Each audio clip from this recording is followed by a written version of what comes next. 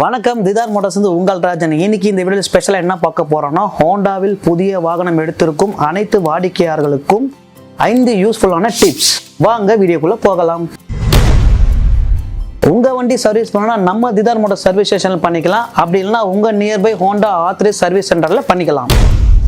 நம்ம வண்டியை சர்வீஸ் பண்ணும்போது kilometres R date which ever is earlier இதை நம்ம ஃபாலோ பண்ணாதான் நம்ம வாரண்டி பீரியட்ல எது நடந்தாலும் கிளைம் பண்ண முடியும்.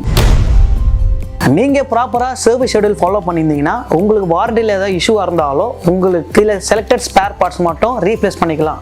டிஸ்கிரிப்ஷனில் ஸ்பேர்ஸ் டீட்டெயில்ஸ் இருக்குது, செக் பண்ணிக்கலாம். நீங்கள் ஹோண்டாவில் புதுசாக வண்டி எடுக்கணும்னு இருக்கீங்களா?